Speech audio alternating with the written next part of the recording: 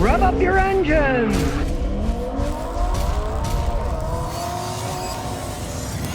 Well, I was reading an article on Car and Driver entitled, EVs Fall Short of EPA Estimates by a Much Larger Margin than Gas Cars in Our Real-World Highway Testing. They do not have any kind of real consistent testing for these electric vehicles. And in the real world, they get a lot less range. I just got my hands on an electric BMW for a couple of days, right? Supposed range. Now, I know it sounds horrible, but it's a 2015 BMW i3, an older one. And the range of the stupid thing was only 80 miles to begin with, right? I picked up the car and I drove 25 miles. When I got back, 25 miles later, it had 31 miles of range left. To me, that's 56 miles. That's not 80, right? This is real world me driving it. And this is real world me driving at the speed limit. I deliberately went the speed limit. And that's the horrible trip that this thing has. It was supposed to go 80 and it only went that little bit. But then I recharged it and I drove down the road testing it, right? I drove less than half a mile, but I drove full speed. I floored it, got a big acceleration. It lost 3 miles of range, even though I only drove it half a mile. So people don't understand about electric cars. Electric motors are very efficient at low speeds. You want to drive 20, 30 miles an hour, you will get better range with these cars. They're little commuting cars, right? And they regenerate power when you're stopping and going, right?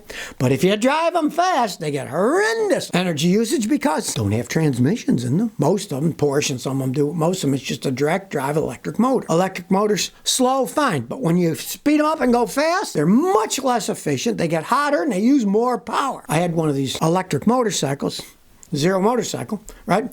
And it would go 145 miles in town, stop and go, 30 miles an hour, right? Take it on the highway. That thing lasted like 30 minutes and it ran out of electricity. I was going 85 miles an hour. It is legal in parts of Texas. I wasn't breaking the law, right? Since you got an electric motor with no gears, it's running at full speed. If you're going to make these electric vehicles right, you would have to put multi-speed transmissions like cars. Now, understand this. Original cars and motorcycles had chain drive. They didn't have transmissions. So they could only go so fast. They used up a lot of energy. That's why they put gears in them. They're going to have to start making these electric cars with geared transmissions so then they can get longer range and have more power. But of course, it costs more money to make them that way, makes them much more complex, and they're having a heck of a time making them cheap enough now anyways. They're too expensive. Add a transmission on top of it, it'd be more expensive. Of course, it would weigh more, so it would need more energy, need a bigger battery. It's a rat's nest of problems with these electric vehicles. I-88 says, my PCV hose is throwing oil into my intake. I got 85 Mercedes 500 SEL with 200,000 miles on it. I noticed I was losing a lot of oil. It's shot in the intake filter via the PCV hose. So why is it doing this? The reason it's doing it is because your engine's worn out.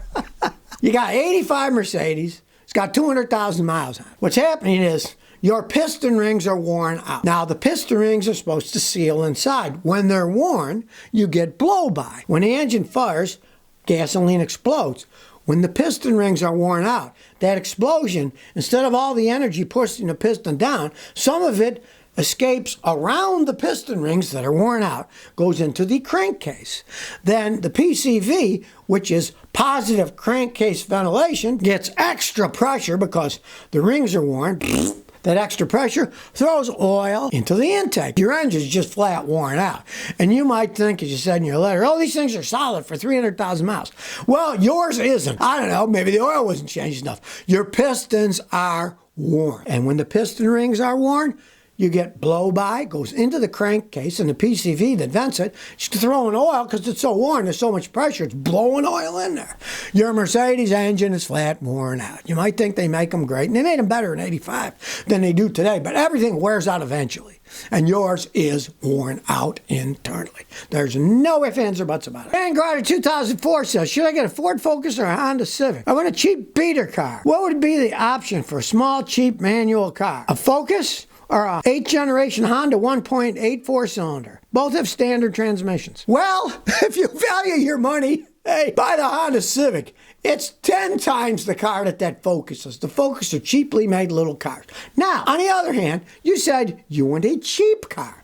Well, I can guarantee you, you can buy a Ford Focus a lot cheaper than a Honda Civic. What do you want? If you want short term, let's say you can find a Ford Focus for $2,000 and the cheapest Civic is $6,000 or $8,000. Well, maybe you'll roll those dice, take a chance. Maybe the Ford will last a while, right? But if you're like me and you want something that's going to last 10, 15, 20 more years, hundreds of thousands of miles, don't even think about the Ford and buy the Honda after a mechanic checks it out. Because you can't trust anybody. It doesn't matter how well made Hondas are. If it's been flooded out or the person beat the heck out of it and didn't change the oil, it could be a junker. You want a mechanic to check it out before you buy it. But there's a no-brainer on that. Unless you can get the Ford Focus dirt cheap and you want to gamble on a short-term car. Gus Bus 148 says, can I tap new holes in a frame? I got 2010 Honda CR-V. I want to tow bicycles.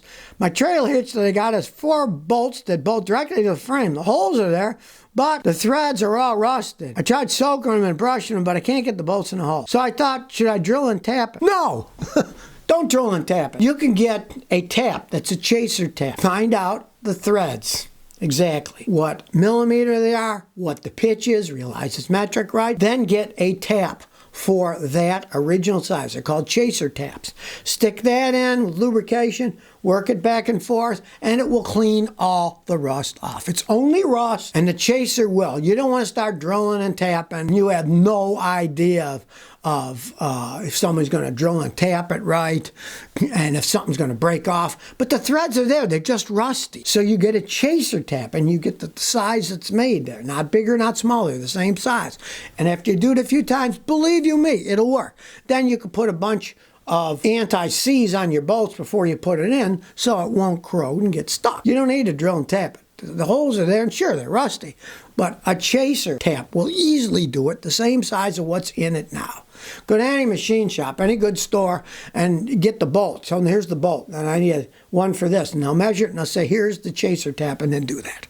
Easy to do. Wing Doctor says, what hunting fishing vehicle should our son buy? My son likes hunting and fishing. He drives 50 more miles to work. He's about $12,000. What vehicle would he recommend that would be dependable, not out of the park expensive? We're in Idaho. Does he want all-wheel drive, four-wheel drive?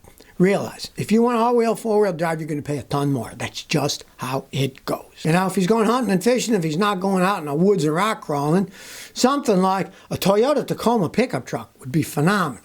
Now, they're hard to find, and they're expensive. There's no arguing that. But it's going to last a long time. You can get them in four-wheel drive, too, but you're going to pay a whole bunch more money for it, right? You may not need four-wheel drive. Now, let's say you can't find it. They're too expensive. There's nothing wrong with a Ford Ranger. They're not as good as the Toyotas, but they're still decent built pickup trucks. And you can definitely find one in the $12,000 range used. They're decent, but they're nowhere near as good as the Tacomas.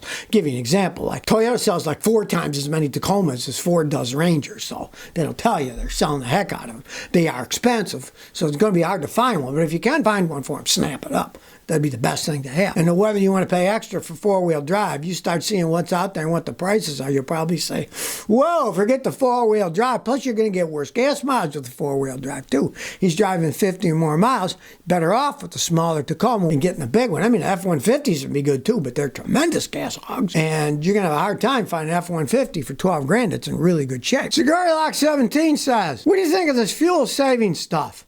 Is it a scam or not? And he's got a picture of a little dongle that plugs in your OBD port that's called Eco OBD2. Okay, no, don't use it. That plugs into your OBD port, onboard diagnostic on the vehicle, right? And that's what that port is, for diagnostics. It is not meant to be plugged in while you drive the vehicle. I've had so many arguments with these stupid insurance companies that say, we'll give you a deal if you plug this dongle in the OBD and we can follow you and show that you're a good driver and you drive slow and we'll give you cheaper insurance rates, right? You can actually destroy the car driving it the whole time with that thing plugged in. It's cheap crap made in China could destroy things, right? That's one reason not to plug anything in the OBD plug. The number 2 is the stupid things don't work anyway. You think plugging a little thing is you're going to get phenomenal gas mileage? Of course not. If that was the case, they would build them that way in the first place. All those things are a giant scam. And then some people say, but Scotty, you don't understand. I plugged it in and I got better gas mileage. You know what? Most of that is psychological. I've had people do things like that. And they did get better gas mileage because they started driving slower, drive more conservatively, take the weight out of your car, keep air in your tires, right? You'll get better gas mileage a little bit, as best as the machine can, right? A lot of it's psychological. If people want to get better gas mileage and they drive slower and they're more conservative, they will get better gas mileage. And if you change your routine too, I've had people say, well, you know, I moved and now I'm getting bad gas mileage. I say, well, what do you mean? Well, let's say I used to get 310 miles a tank, now I get 280. Then I say, well, how did you used to drive? Well, I drove on the highway to work all the time. Now I'm in the city all the time. Well, you're going to get worse gas mileage in the city than the highway. So a lot of gas mileage, especially these gimmicks, it's psychological. And if you think, oh, I want to get better gas mileage, and you drive slower and do more trips on the highway and less stop and go, yeah, you're going to get better gas mileage. It doesn't have anything to do with these stupid gadgets people are plugging in. So if you never want to miss another one of my new car repair videos, remember to ring that bell.